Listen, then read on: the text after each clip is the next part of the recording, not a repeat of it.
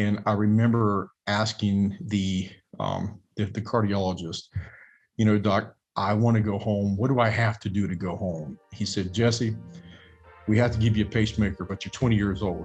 We don't put pacemakers in 20 years old. And I said, I don't care. I want to go home.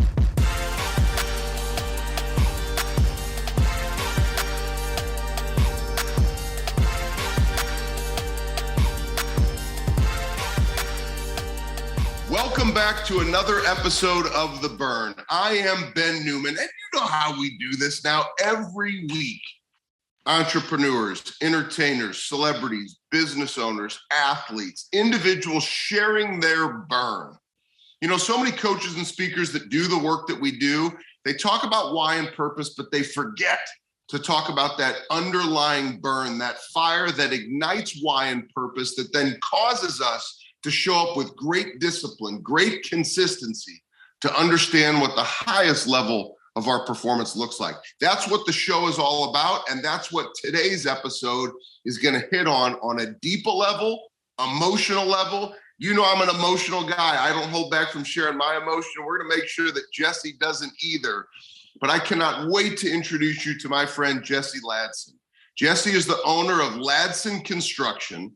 You talk about living it and doing it. He's gone from the corporate world to now having a business that generates well over $30 million of revenue and growing at such a track. He's now going to have his first conference, Contractor Con, on October the 6th and 7th down in Orlando. So he is getting after it in so many different areas, including some other fun ones that we're going to touch on. He's got great capacity. Big believer in the importance of being a great husband and a great dad. We are going to dive right in. My friend, Jessie Ladson, welcome to The Burn. Ben, I appreciate it, brother. I really do. I'm very excited for this opportunity to get a chance to share my story, share the company, and also the first event that, we're planning on to really showcase the experience and the knowledge and the lessons that I've learned over my career. So thank you again. Well, thank you. And, I think that's what's so unique. And we're going to get to the conference, or we're going to get to those other things, but I'm going to make you start with that emotional story. So many individuals, we face challenge, we face adversity. I've faced challenge, I've faced adversity. It comes in so many different forms.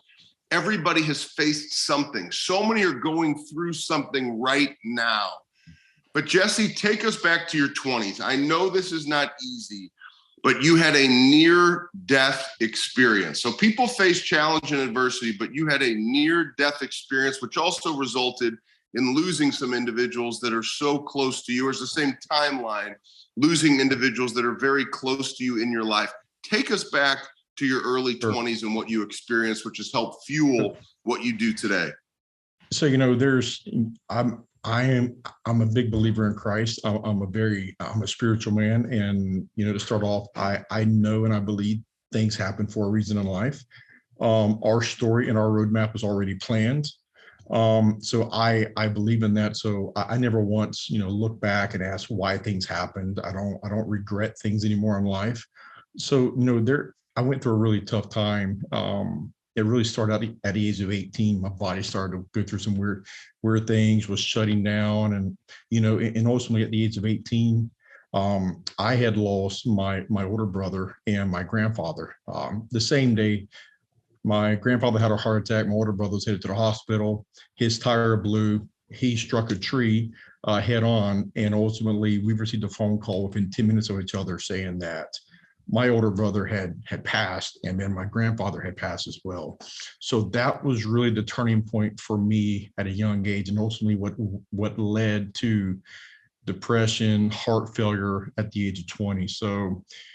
So that was a really tough time for me, because I'm a junior in high school, and I'm trying to just process everything that's happening. And at that time in life, I didn't have a plan to do big things. I was going to go to a trade school and be an electrician. I didn't have these big audacious goals in life. So we fast forward to, I was about 20 years old. I was still dating my girlfriend at the time. She had been there for me since I was 16, so we've been about 4 years now. And as my body was shutting down, I remember going into at the job at that time. I was working with a roofing company, And I was sitting in the office and my boss came in. He says, "You need to go home because you don't look well." And I remember sitting on the couch and my stepfather coming in saying that, "We're taking you to the hospital now because something looks wrong." And so a couple of days later, they start to perform stress tests. And now bear in mind, they would not allow me to go home because of where my body was. So a couple of days into it, we do a stress test. I can't even finish the stress test. I'm just emotional. My body's in pain, and I'm mentally damaged at this point because I know I'm failing, and there's something bigger than what I can overcome at that point in time. So 3 weeks go by. I'm being stuck with pins day in and day out. I lose over 40 pounds in the hospital. And I remember asking the cardiologist, "Doc, I want to go home. What do I have to do to go home?" He said, "Jesse, we have to give you a pacemaker, but you're 20 years old. We don't put pacemakers in 20 years old." And I said, I don't care. I want to go home. So the next day I get a pacemaker. And so I end up going home about another week later. I'm 97 pounds. And I remember I cannot lay in the bathtub at night because of the bones on my butt just bearing down on the bottom of the tub. I remember walking out in public and friends from high school just walking right past by me, not knowing who I was. Not that they didn't want to talk to me, they just didn't recognize me. I mean, I lost over 40 pounds in 3 weeks. It's not natural. So I'm home with a pacemaker. I end up going through 2 stages of depression. And if I had to say, they're probably about 4 to 6 weeks each. And I knew I had to make a change. I always use my older brother as an example, and really, that drive inside of me to do something more. He was the air traffic controller, certified pilot, just doing big, crazy things at the age of 16 and 18.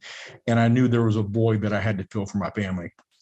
And so what ultimately allowed or made me make the shift was I made a promise to myself. And a promise to myself was I was going to get my nutrition right. I was going to get back in the gym because I worked out and played ball through high school. I was an athletic guy, and I knew that's what I get back to doing. So I hired my first ever coach, and that was a nutrition coach. And I dedicated to my first ever bodybuilding show. And that was the turning point for me to get at the lowest point in my life when I could have just stopped, quit, and really been, I threw in the towel. I was mentally done. But there was something bigger saying, "No, Jesse, you might be done, but I'm not done." And so this thing just kept me going. So ultimately we committed to a bodybuilding show, and I did my first bodybuilding show at 130 pounds. And I went on to compete for about 5 to 6 more years. And that was really, that was a very advantageous part of my life because it's what mentally made me stronger. I was dedicated, and I was programmed to processes and sequences, what ultimately kind of led me to where my mindset is today. So Jesse, I mean, it's incredible the challenge and adversity that you went through, right? I mean, to be down to 97 pounds, pacemaker at 20 years old. I mean, to say they're going to do a medical procedure that they just don't do, you realize how rare that is. So let me tie a couple things together and let me know if this is accurate. I would have to imagine that when you start to face those types of medical challenges, and then you finally make the choice coming out of depression, just like so many people right now, because of what they've been through or currently going through or have been through, they get into depression. They don't know where to turn, but positive action is the course. So has what you've been through caused you to have perspective, but then the positive action you've taken to do things like bodybuilding, little foreshadow, being a professional fisherman, some of these things, does that cause you to realize that you can do things that are unique by taking positive action and having the perspective? What does no mean to you in business? What does no mean to you in a bodybuilding competition when you're lucky to have your life? Well, first of all, there is no. So my motto is that there is no plan B in life. I have a plan A, and that's what I'm going for. I'm a firm believer in knowing that there's a road to get there. How we get there is totally up to you. I choose to go down the hard path. I choose to go straight into the brick wall, and that's the way that I choose, because I have been hit by a Mack truck in life. I've been at my low, so it really gave me a different perspective on life, and it really it's like I'm a new person today, Ben. It's like I'm a new way. I'm a new person of thinking. My heart's bigger. I'm more humble. I'm more fierce in the way that I attack my life, my marriage, my family, my business, my professional fishing career, the gym, the church, whatever it may be. I attack it differently, and I ultimately think it's because of what I went through. And Ben, the coolest part about this, and this is where I might get a little emotional, is my wife. You know, I met her when she was 14 years old. She has seen me at my best so far. She has seen me at my worst. Imagine a female or a woman. She's dating a man that's 97 pounds. She's a varsity cheerleader. She went on to cheer for Jacksonville Jaguars. She's a professional dancer. So she had every opportunity and every reason to leave me at that point in time, but she didn't. And so she's really been kind of this foundation for me, and has kind of allowed me to just leverage strengths and just plow through the most difficult times of my life, to where, there's so many things about life that are precious that people take for granted. And it sounds cliche, but man, is it so true that people, they don't realize the blessings they have in front of them. It's so important to be where your feet are and to have recognition. But what amazing strength, by your wife, and courage to stand by your side and to fight through these challenges with you, says so much about her. She is certainly an extraordinary wife, must be an extraordinary mother as well. Yeah. I mean, in hearing you share these things, you just mentioned the word attack. It's one of my favorite words, attack the process. And in hearing you mention that word attack, because I think it's important for listeners to understand, we haven't even gotten to the business stuff yet, but being a professional fisherman, right? So going and competing, right? There's a process to that. You don't just sign up for a show. It's, here we go. We throw the rod into the water, right? So there's a process you have to follow in order to be able to compete. Bodybuilding, right? There was a process you had to learn. So attacking of the process as a fisherman, attacking of the process with bodybuilding, how has learning the importance of process then translated into your success that you've had in building a business? Mm-hmm. So anything we do is a process in life. I mean, if you look at every single task throughout the day, it is a process. For me to do a podcast, it's a process. For me to go to the restroom, it's a process. And so once you're able to identify that everything in life is a process, you have got to get from your A to your B. Going from your A to a B is a process. And going from step 1 to step 2 is the same as going from step 2 to step 3. The scenarios and the environments are different, but the process is the same. You have to go in a linear direction from A to B. So the processes are the same. Once I identified that, and I've been able to apply it to my fishing career, bodybuilding career, my construction company, my roofing company, my consulting company. So there's all these things that the process is applied to. And once you figure out the science of it, once you figure out how you overcome the challenges in 1, how you overcome the hurdles in 2, right? It all begins to be clockwork. But what you will find is that the hardest thing we have about processes is dealing with the perception of others, and dealing with, I would say, or let's just say, people in general. I mean, people are the most difficult things to deal with in life. And ultimately, once you get in a state in yourself to say, no is not an option, there is no plan B, who cares what other people think? It doesn't matter. But I can tell you, once you get into that state, you become a dangerous person, dangerous in the way that you can be unstoppable. Which I like to say uncommon, right? So dangerous, uncommon, where people question, how does somebody have the ability to do that? And yeah. I think, and I hope that everybody's paying attention to the real authenticity that comes from Jessie's story. And I think that's what makes you unique. I think that's what is so interesting and has me fired up about the opportunity to keynote Contractor Con, October 6th and 7th down in Orlando, is we oftentimes talk with leaders, right? We talk on the show all the time about be the example. And there are so many people out there who they will fake or tell a story in order to sell something. And I think the uniqueness of the purpose behind everything that you've done, from fighting for your life in your 20s to these processes by taking action to learn these different trades, to going from the corporate world and saying, that's not enough, I've got vision to do more, and now growing a powerful contracting business. I mean, projects from $500,000 to $10 million. I mean, these are significant, large projects in the contractor space with significant growth. There's this amazing example, a real example that you can provide for people who come to a conference, right? It's not a story or you had a couple things that you did that went well. There's this history of challenge, adversity, process, and success. So help us better understand, why are you throwing Contractor Con? What caused you to have this idea?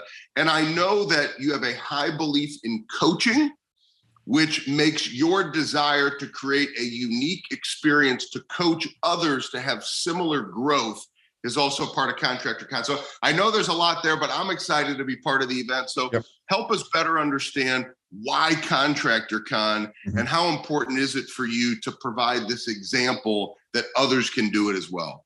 Yeah, absolutely. And what I'm going to do, I'm going to date back to when I first started my business and why the coaching is so important. And so I was about 4 to 6 months into my first company, and I hired a coach. Was not recommended, was not a referral, was somebody I found. Ultimately, we fast forward later, I'm about 10 months into it, and I'm out about 40 grand. And it was a very, very hard pill to swallow as a new company, or even period. It's a lot of money.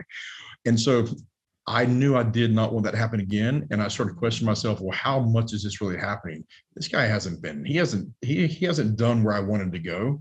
He doesn't have businesses. He's just a coach. And so I had a really hard time connecting the dots and moving forward. So I terminated that.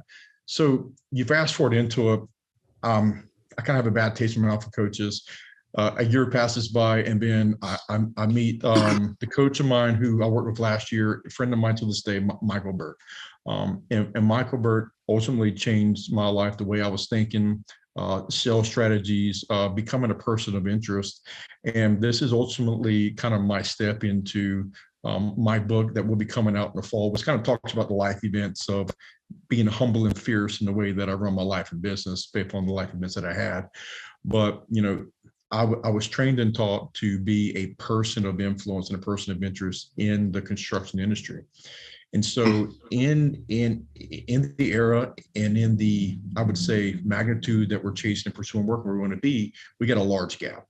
We got a large gap in the ways of providing mentorship. We got a large gap in providing a community for contractors. And so we begin to think, what's the best way to become known, to share our knowledge, to share our tactics, and like you said, Ben, be authentic in how you do that. And what better way to be on stage? What better way to be on stage, share the story, bring in a keynote speaker like yourself, bring in the experts who have scaled their businesses from $0 to 140 million in 4 years, bring in the tax professionals who say that it's your right not to pay taxes. Like, I would love to hear that. So this is a 2-day event where we are going to break it down. This is not going to be an educational setting. This is going to be a hype event. It's going to be in Orlando. We're going to have the stage up. We're going to have about 200 to 300 contractors. And I even think the scene is even going to grow more. I'm going to need a bigger room. I mean, this is how much interest we have in the event. So yes, the event is October 6th and the 7th, so 2022 in Orlando, Florida. So we can share the events after the podcast, and you'll see the sponsored ads, and you can even go to jessieladson.com, and we'll have details on the event there. But our goal is to create a community of contractors that want to come together, share their stories. And why try to do business by yourself when you have a community of others? Why try to go through the expensive lessons of failure when you can learn it from others? It's funny. People always say the best way to learn is through failure. Well, yeah, it is, but it doesn't cost you $40,000. right? So why? So let's eliminate that. Let's create atmosphere. Let's create a place where people want to come, contractors want to come, they want to network, establish relationships, and ultimately make a lot of money in the process. I mean, who doesn't want to do that? I love it. I love your purpose. I love the direction. I love the vision. And most importantly, I love the action. And we will make sure that all of the ways to stay connected, to learn more about the event, we will put that all in the notes. And Jessie, I just want to thank you. I want to thank you for being real in a world that needs it, right? Having a purpose. This isn't just to generate revenue. This is a purpose to help others see that by taking action, and you kept saying the word earlier, choice, that they have a choice too. And just because you're in the corporate world and you're making good money and you're paying your bills doesn't mean that's the end of your story. There might be other chapters if you choose to be courageous as well. And I think there's great power in perspective and overcoming adversity like I've had to do. You're an example of that. You're an example of taking action. You're an example of being a faithful man. And I am so excited to be part of your event. I can't wait to be with you and be with everybody that's down at Contractor Con in Orlando. And I just want to thank you for coming on the burn, Jessie. Yeah, Ben, thank you so much. And I appreciate the opportunity. And if I could just leave one closing note, you know, when my brother passed away, he had a quote in his senior yearbook that said, "The purpose in life is a life with purpose." And I wholeheartedly think that everyone needs to keep that in mind. Everyone has a life, but your life isn't worth living if you don't have a purpose. And ultimately, I have found my purpose. My purpose is to create a contractor community and just be authentic and honest and transparent in a way to where it is welcoming and we begin to make a movement and an impact on the contracting industry. Say the quote one more time, please. To live a life with purpose, you have to have your purpose. So the purpose in life is a life with purpose. The purpose of life is a life with purpose. Yep. Please do me a favor and share this episode with somebody who needs to hear those exact words. You know, from hearing Jessie's story, it's painful and hard for him, having lost loved ones in his life, to learn those lessons and now have perspective that he can fight, and so can you. Jessie, thank you. I look forward to seeing you soon down in Orlando. And to each and every single one of you, stay connected to your burn. You are not alone. We are in this fight together. Until next week, continue to fight the good fight.